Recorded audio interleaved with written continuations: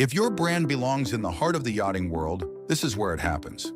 Yachting International Radio reaches over 1 million yachting professionals and enthusiasts every month, with 77 million impressions, 220,000 social followers, and 74,000 podcast subscribers. Our hosts are insiders, crew, captains, CEOs, trusted voices shaping the industry. This is targeted, high-impact advertising in a luxury niche. Visit yachtinginternationalradio.com/advertise. Your audience is already listening. Top of the morning, afternoon, or evening, folks. It's Captain Liam here. Pleasure to have Julia Gosling, the director of Ahoy Communications, and also the wonderful host of two wonderful podcasts, Sea Views and the up-and-coming Woman in Maritime. How are you, Julia? I'm super. It's my evening, Liam. So good morning to you. I'm wonderful. We just had an exciting conversation about sailing in the Channel Islands and Isle of Wight. Tell us about your background in maritime sector, because it's 18 years with the Coast Guard. You've really got a backbone information. Oh, thank you for having me on your show, Liam. Do you know what? It's such a pleasure to come on as a guest as opposed to a host. It's really nice, actually. So thank you for having me. Yeah, so I had 18 years in the Coast Guard here in the UK. So I worked in the press office, communications. So I've worked on search and rescue. I've worked on behaviour change campaigns. I've done a bit of everything really in maritime, because here in the UK, the Coast Guard do shipping, they do fishing safety, they do beach safety, they do the search and rescue. And training, obviously. Yep. Managing the training and so forth. But unlike in the US, we have another organization, Border Force, that does drugs and customs and so on. But Maritime and Coast Guard Agency does all the rest. So that was 18 years. So I think I had quite a good introduction to maritime with that job. Absolutely. All the different characters out there at sea. We talked about all the different stories that the sailors can tell. Yeah, some of them I can't repeat. No, absolutely. Well, I've been blessed 25 years in yachting, and I've traveled around the world, so many different ports. But the one thing about people in the maritime sector, we're all quite inquisitive. We're all quite, educated in a sense that we enjoy the environment and nature around it. What are the challenges you faced in those years with the Coast Guard that have led you into your new adventures? Well, challenges, I would say it was a really interesting job, and I really, really enjoyed it. I mean, I had some absolutely incredible days at work where I couldn't really believe this was my day job, Well, you talked about going to Monaco. I'm like, that's a good day job. Yeah, so I've covered a lot of different portfolios and in terms of campaigns that I've worked on, and I've done grubby shipping, nice clean shipping. I've done fishing, and I've also done super yachts, so selling the UK flag in terms of the super yacht industry. And that was very nice. I thought, this is the glamorous life, isn't it? So, but I also then kind of found myself heading into more what I would say was interesting areas for me in terms of behaviour change. And I worked quite a lot in fishing safety, commercial fishing safety, which is one of the most dangerous professions in the world. So I wanted a challenge, and I got one. Yeah, absolutely. And when we talk about fishing, it's because when they're profit driven, a lot of people don't realise when they see the yachting sector, they see all this glamour and all these expenses and these budgets that are unlimited. But the commercial sector of in the maritime business, it's quite frugal. They have to make margins, and they're there to make money. So how do you make that balance between discussing with a fisherman the importance of safety against the importance of profitability? Where does the line stand? Yeah, well, exactly. I mean, you and I know, Liam, that behind every part of maritime, it's got to be a business as well, hasn't it? Yeah. And there's always that balance. I mean, you walk behind the scenes on a cruise ship, for example, as I've done when I've gone on inspections, gone behind the scenes, you really see what really happens behind the scenes. They need to make money, and it's the same in fishing. So it is a challenge to change people's attitudes and change their behavior. And I tried a lot of different things when I was in the Maritime and Coast Guard Agency, and we found that actually telling fishermen that it was very dangerous and they were going to die, they were completely desensitized to that. Fishermen know that they all know someone, or they've lost someone. You don't need to tell them that, and it doesn't really mean anything to them. And the other thing that I was told when I was working as a civil servant in that kind of realm was that fishermen weren't very clever. And I was horrified, because when I actually went out on boats and I started meeting fishermen and getting to know how they tick, they are not stupid. No. They are very, very, they might not have had lots of qualifications in school, right? But they are clever. They are intelligent. They are running a business, and they are making risk assessments, dynamic risk assessments, if you want to call it that, every single minute of the day that they're out there. Absolutely. And also the sacrifices they make. They go to sea. I mean, people don't realize when you undo those lines from the dock and you go out to sea, the MCA is there to help and save you should you do a Mayday, but you're on your own. Yeah. And or you have the responsibility of your crew. And I've met and the vessel and the asset. Yeah, it's a lot of responsibility. So there's been some challenges in terms of finding the message, but I actually have always found, and I really believe it, and I've looked at the research into this as well, that you're better to try and change someone's attitude using a positive emotion rather than negative. So many of the campaigns that I've worked on, like in the UK, we had a campaign called Home and Dry, and it was really all about appealing to the pride in your profession as a fisherman, rather than telling you that you weren't doing it right. And I think if you appeal to that, and also being a woman, I'm not afraid to say the word love your crew. I mean, I know people in fishing who do love their crew. I've seen what they buy for them when they're buying the food for the 5 days that they're going out. They do care for their crew in the most part. And I think appealing to people's positive emotions is more effective than negative, as in scaring people. So I always say scared. A boat's a boat. They're all the same in a way. But when you put people on it, you give it a heartbeat. And that's why I give so much back to the crew that I work for, because the boat doesn't change so much. It's built, it's obviously deteriorating, but the heartbeat of any program is the crew. And how do you maintain that morality? How do you maintain that motivation? You talked about Sea Views. Tell us about that podcast. How did that start, and what have been some of the highlights of that journey before we go on to your new podcast? Oh, yeah. So I left the civil service about 3 years ago, and I wanted to venture out into new areas. I stay in Maritime, and I started Ahoy Communications, and I work with some really interesting charities, so some real forward-looking charities in Maritime.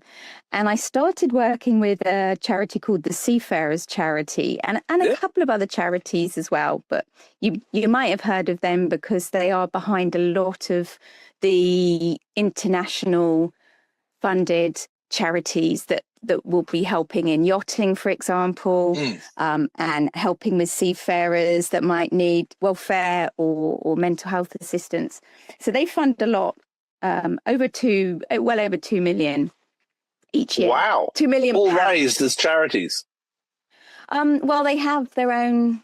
They're a very long established charity, so they do raise money, but they also have money, and they're really brave about what they spend it on, and they will spend it on things that are structural problems rather than glory projects, and I really admire them for that. But I work with them, and I work with some other charities as well, and it really opened my eyes to what amazing amount of knowledge there is in this industry. And I've met a lot of very, very interesting people, and I just wanted to share some of it. And I wanted other people to meet and know some of these experts in their areas and hear these stories. So that was how it started. And I being a press officer previously as well, I had to be a jack of all trades. So I knew a little bit about everything, but if I didn't, I knew who to ask. And so I found these people that are just the best experts on all kinds of topics. And in Sea Views, we do cover such a range of topics. We cover loads and loads of hot topics in maritime. So we've done super yacht safety, we've done international fishing safety, we've done, fishing boats to tankers.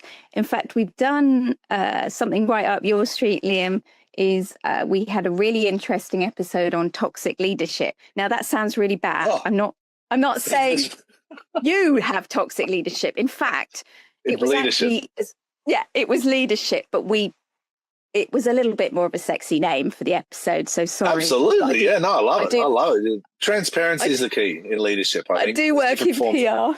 The hook. Yeah, exactly. So it was really interesting though, because we had another super yacht captain, Liam. It wasn't you, I'm sorry, but and also we have a guest on who's a ex-Navy XO.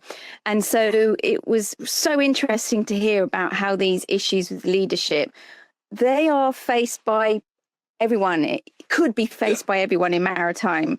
And it was as much about trying to be good leaders as the poor ones that we've all encountered. So we cover such a range of topics, but they're not just applicable, I would say, in maritime. Quite a few of them would be applicable to quite a few different businesses and professions, but we've got a theme of safety. So I suppose ultimately we would I envisaged it potentially improving seafarers' working day, maybe saving a life one day. We cover a lot of issues, and we do cover the theme of maritime safety. In most of our episodes. Well, I mean, it's the most important thing. Every Monday I talk to the crew, and I always say, at the end of the day, we're measured by how many mistakes we make, and that creates incidences that then create an accident. So safety is the most important thing, I think, in this sector. But you talked about leadership. Leadership, I think, in the maritime sector changes so much based on gender, culture, roles, vessels. What are some of the key traits that you've seen in your experience as a host, also in the MCA, that you've looked as leaders and say, what are the key traits you've seen as a successful leader that people can learn from you? Well, I mean, it has been studied quite well, because obviously the human element is so important in incidents and accidents. And so often it is a contributing factor, if not the cause. So it has been well looked at. And I would say, from what I've seen over the years and been involved in a number of incidents, it's very interesting to see how attitudes have changed. Leaders seem to be more aware now of this human element and how they might be able to do something about it. I would say maybe more open to training to get better, because we can all learn and we can all get better at our jobs. And if you're a leader or you want to be a leader, well, maybe, you're not born always that way. Yeah, exactly. You have to keep improving. And actually you hit the nail on the head there. You've got to have an attitude that you can still improve and that you are not there yet, ever. I think you've also got to be vulnerable, and you've got to be, have uncomfortable conversations with yourself and your crew, because, let's talk about mental health for a minute. As a man, it's a very difficult conversation of how I feel and change how I feel. But, a lot of times with crew, I'll say, does everyone want to do a mental health course or mental health first aid course, which is a great course, by the way. And the feedback is always, no, I'm not interested.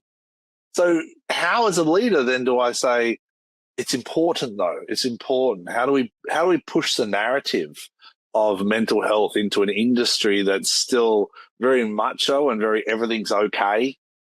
Yeah. And taboo still, maybe, for many people to talk about feeling bad or sad. And I don't know. I mean, I think just to be more open like that and to But also just some of the people that I've spoken to that I think have really been on this leadership journey, they also just take time with people and, take time to know people. And I'm not talking about just always being someone's friend, but because obviously you have a hierarchy on a vessel when you need it, especially if anything ever goes wrong. You haven't got time to have a long conversation about what you want someone to do. But it's interesting that, that mental health thing is, if you don't really know, if you haven't taken the time to get to know someone below just hello and, then how do you know if they're not quite on form? So, so leadership also has to be about that. I do think so. For me, it's about making sure people have access to the tools. I'm always a big believer in the tools. You have to have the tools, and the tools of, of support, whether it's safety or mental health or success in your role. You have to always, as a leader, push people to get more and more tools in terms of training or access to information. But you've talked about Sea Views. It's been a wonderful podcast. I do love it. You've now branched out into a new podcast called Woman in Maritime. When have you started this journey? Have you recorded one, or when are you moving into that? What led this new transition onto that? Well, I hope we're going to launch this at the end of January. So it's very, very soon, very imminent. And yes, I have some amazing guests in the pot already on the digital. Excited? Yes, I am excited, on the digital cutting room floor, as it were. And it's the reason I wanted to do it was I meet a lot of amazing women. I really do. And it's so interesting getting slightly different perspective on the industry, and obviously understanding it from where I've come from, as a woman working in maritime, where when I first started, it was super male dominated, and so I have seen some changes on shore. But offshore, it's still the same as in the 1990s. So there's only 2% of women, if that, working at sea. And do you know what? That was 2%. I was going to ask you the numbers. 2%. Yeah, not in your sector, because obviously you have a different ratio in cruise and in large yacht sector. But true.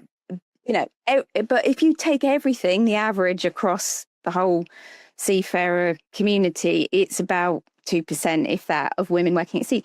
And that is the same as in the 1990s when I qualified as a scientist. So I didn't start off in marketing. I thought I would be working offshore in the oil exploration industry. And I imagined, I'll be on ships and I'll be doing all that stuff. Well, there was like 2% of women working at sea then.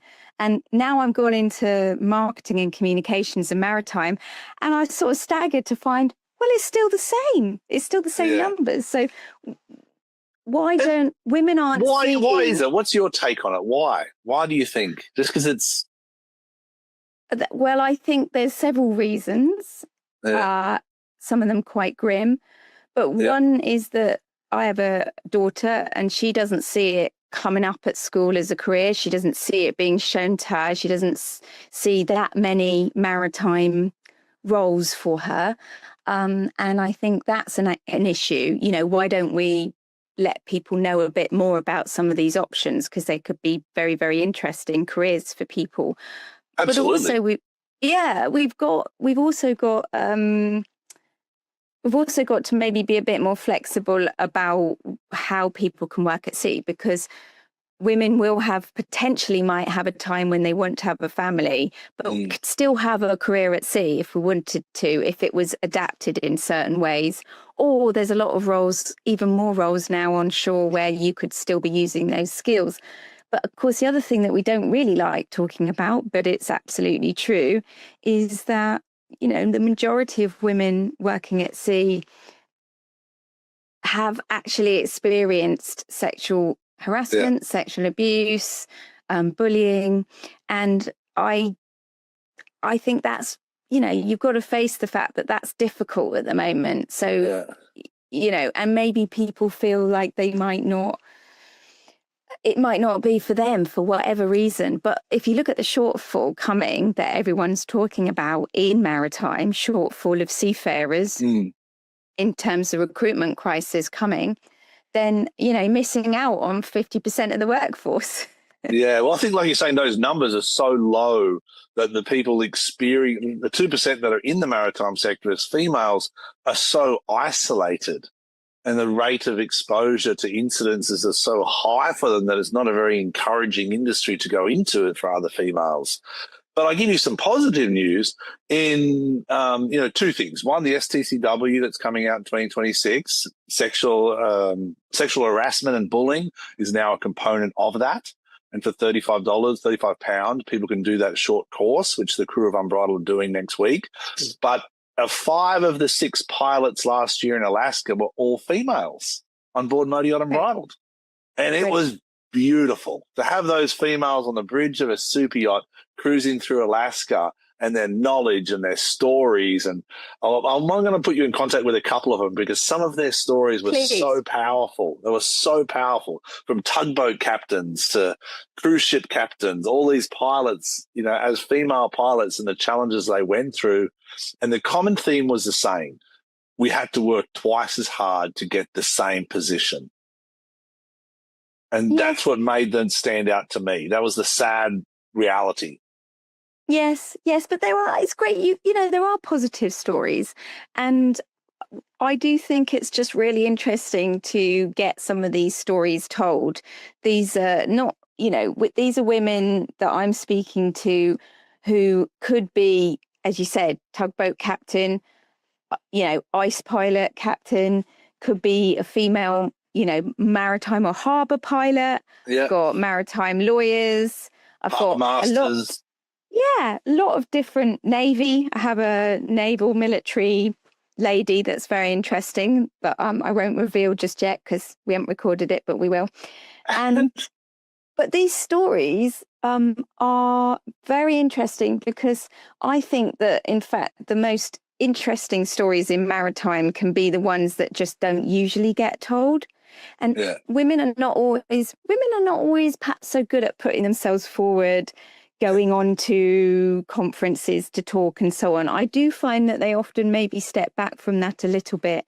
So I want to give them a platform to just talk about how they got to where they are. And I don't aim to just talk to women in maritime who are right at the top of their careers. I have got them too, but I'm going to be speaking to some of those women who are coming up through, and how did they get there? What have been the challenges so far?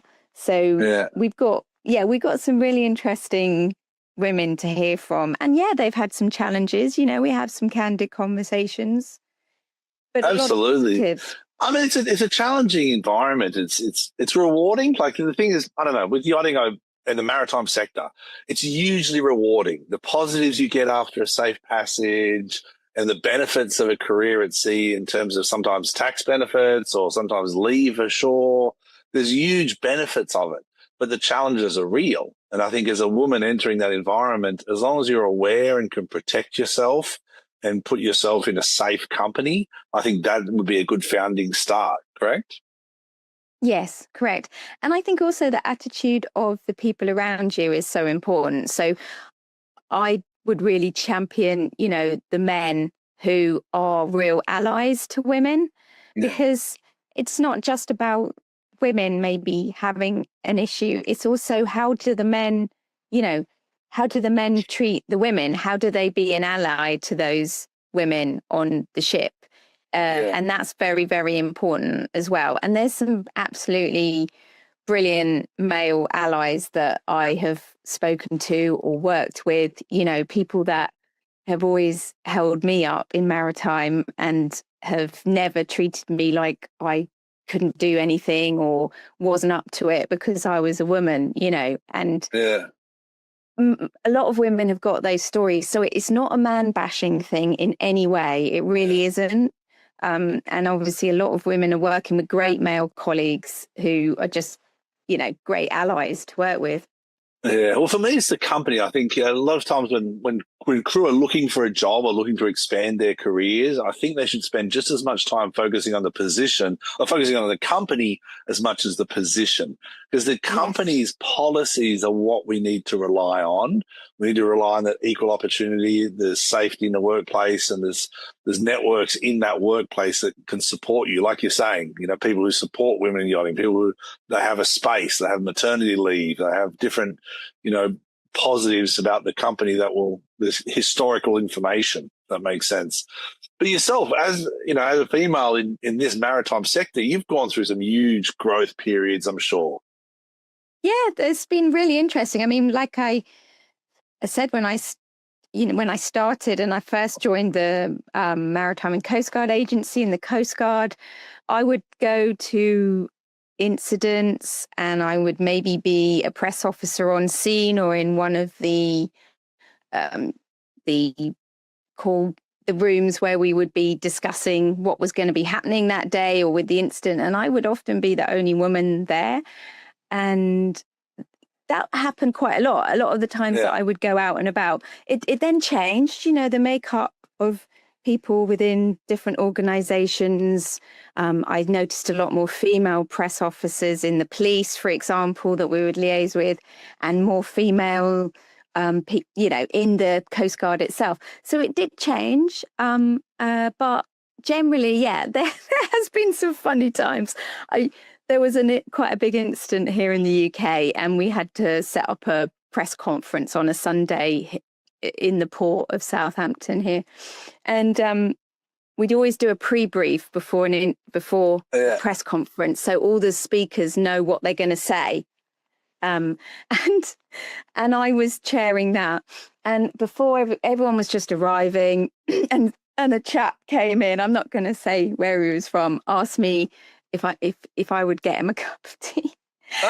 and I just went and got him one and just gave it to him. And then when I opened it, chaired this thing, he just looked so awkward. His face went red. He hadn't done it deliberately. He hadn't done it to put me down. It was just structurally and, systemically, there were a lot of grey suits in the room. And I was... exactly. He's like, give me a cup of tea, love. Give me a cup of tea, love. And you're like, yeah, well, okay. Yeah. So I think, but then I didn't work at sea. I have been on ships visiting but I haven't actually worked at sea. So I suppose that's another environment. And I've really been, I've maybe seen a more positive side of it. And I think in government as well, obviously they have always been quite forward looking in terms of making sure that it's inclusive and diverse. So perhaps I've been lucky there. Well, look, I'll be honest. The yachting sector, it's beautiful. It's bright, it's glamorous, it's colourful. But the things I've seen, owners, brokers, the industry request of different, females in this industry, it's not equally balanced. Like you're saying about that cup of tea, it's just not equally balanced. And the demand, of females have to work twice as hard to get the same role.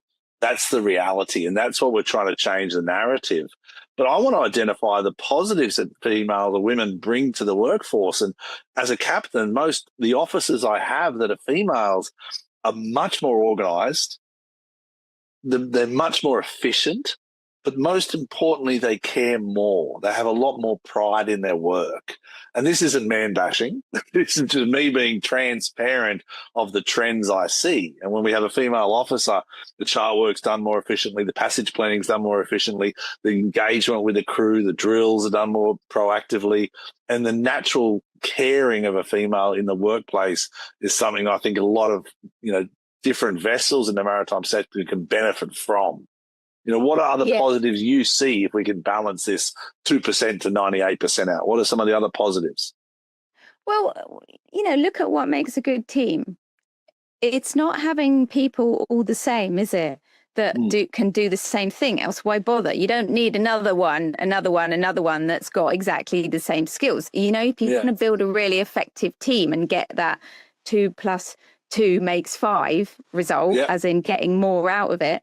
You want people who are different with different skills and maybe different perspectives. And I think you get that when you have mixed teams, and that's not just mixed genders. I'm talking about, diversity in other ways as well, So what about neurodiverse workers as well? Because they bring another perspective, onto how to deal with problems and find solutions and how to work with people. So you don't want a team that's just made up with the same people with the same attitudes, because you're never going to get that extra right, actually. chunk from it. I think that's the biggest takeaway from this conversation here, is that people really need to understand what you're saying. And basically, by having similar like-minded people on board, you don't have the space to create different opportunities to grow. Does that make sense? Yes. And also, especially in your sector where, you need to provide a service to the client, be it an owner or be it the charter guest, right?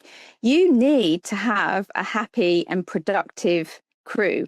And what is a happy and productive crew? It's where they are healthy and they are also mentally healthy and they are happy and working really well as a team. Because actually, not just, yes, you've got safety issues if people are not happy and productive and doing what they need to do, but also they're not going to be presenting that great service and that great polish and that extra thing that you give to make those experiences amazing for people. So I just think it's all tied in, having a diverse workforce, looking after people. I mean, it's about kind leadership as well, isn't it? But I am looking forward to sharing more of these stories with some of these people that I'm talking to, some of these women that are working in Maritime. So I look forward to it. Looking forward to it. And it's coming out the end of January, one of your first episodes. I hope so. I think maybe 31st of January. So perfect. Well, excited. I'll keep my eye out. I know we work with Ray on International Radio, who's just phenomenal in what she does for not just the industry itself, but she creates a very neutral and positive platform for everyone to express themselves. And I think it's wonderful credit to her. As a host of now 2 podcasts, what's been your kind of biggest challenge as a host? It wasn't really a space, funnily enough, that I was very comfortable in when I started, because I was always behind the camera, for 18 years. I'm pushing up the chief executive or a senior Coast Guard commander or to do an interview with the media or whatever, or briefing them, or I'm not the one going in front of the camera. Well, you look and sound amazing when you do it. You sound like the expert, which I guess you were at the time. Well, like I said, you had to be a jack of all trades in the press office. So you just had to know a little bit about everything. But that's been pushing me out of my comfort zone to actually come in front of the camera, or initially I was only doing audio podcasts. So that's been quite interesting. I've just had to do it and just thought, okay, I'm just going to do it because actually I want to get those stories out. Yeah. And so that's been one challenge, but also just trying to make I really want people to not feel like it's a formal thing. We have we can talk about whatever we want on our podcasts, and it's much more conversational, just like with you, it's a really nice chat. And I have actually found that people who have come on that initially really quite nervous, they do sort of warm up when they realize it's not a media interview. You're not going to get something wrong. Yeah. But that's something you've got to learn, isn't it, Liam? Like, how do you get the best out of someone so they can tell that story, or you can find out what it is that makes them tick? Yeah, well, for me, it's about the story. Like, the reason I've kind of gone down this path too, and people like yourself motivate me more and more. And it's kind of like, because I think there's so much value in sharing. I think there's so much value in sharing and, making a community and joining. And I think so many people are trying to accomplish things and sell things and market things. That world, I think, since COVID has become exhausting Whereas I think now we're building more of a community where the connection has more value than the actual asset of selling a product, and that's where I find the people I've spoken to on the captain's chat have been agents, have been captains, have been crew, have been different like yourself, have got such a strong experience in the maritime sector that you're giving people an insight into a world that they'd have no idea about. Like 18 years with the MCA, that's incredible. Oh, yeah. And that's why I think podcasts are great. Well, it's real people and with real passions about things. And if you start off trying, I don't want to sell anything. Yeah. I'm very fortunate that Sea Views is funded by the Seafarers Charity, and it's supported by CHIRP, which is Confidential Human Incident Reporting Program. So they saw value in it. I was going to do it anyway because I was really passionate about what I was doing. But they said, no, this is really good for us because it gets that safety message and that resource out to a bigger audience. And if start off doing something you're passionate about with people you're interested in, okay? Yeah. And everything else will follow. Yeah, exactly. I think I listened to an article on this weekend that I think it was Nora, I forget her surname, and she says, the older you get, the more you realize your days are getting shorter and shorter, and you've got to spend them doing what you love and invest in that. For me, it's nature. Yes. Like, you look behind me, the Alaska background, it's on my days off, I go for a hike and I spend with my family, and then I engage in beautiful conversations with you. So I think it's important that people do focus on what they love. But in closing, how can people find you? How can they reach out? How can they be guests on the wonderful new show called Women in Maritime? Oh, great. Yes. So Sea Views is already on all the platforms. So if you just put in Sea Views, as in the sea, then you will find us. We're on all the podcast platforms. We're also on YouTube. So Sea Views is also on YouTube, and it's on the Yachting International radio channel as well. And also the Women in Maritime podcast will be on the same places. So we will have it out on all the podcast platforms, and it will be available on YouTube as well. Fantastic. So they can reach out to you through both platforms as well. Yes, and I'm on LinkedIn. So if anyone wants to find me, Julia Gosling, Ahoy Communications, I'd love to hear your story. So please, reach out to me. Fantastic. And I'm going to get you those 5 pilots' names too from last season. The female pilots we had in Alaska last year, from the moment they boarded till they departed, was just a wealth of knowledge, positivity, experiences, and some of their stories about being a female tugboat captain in Nome, Alaska, really changed the way I kind of looked at women in maritime, to be honest. Living and working in these tough environments that men almost couldn't handle, whereas a woman stepped in and took over these roles. Brilliant. Yeah, please do. That sounds really good. I'm always interested in hearing more and finding more really great guests for Women in Maritime. Thank you. Well, thank you for your time, Julia. Wish you all the best and look forward to speaking to you again in the future.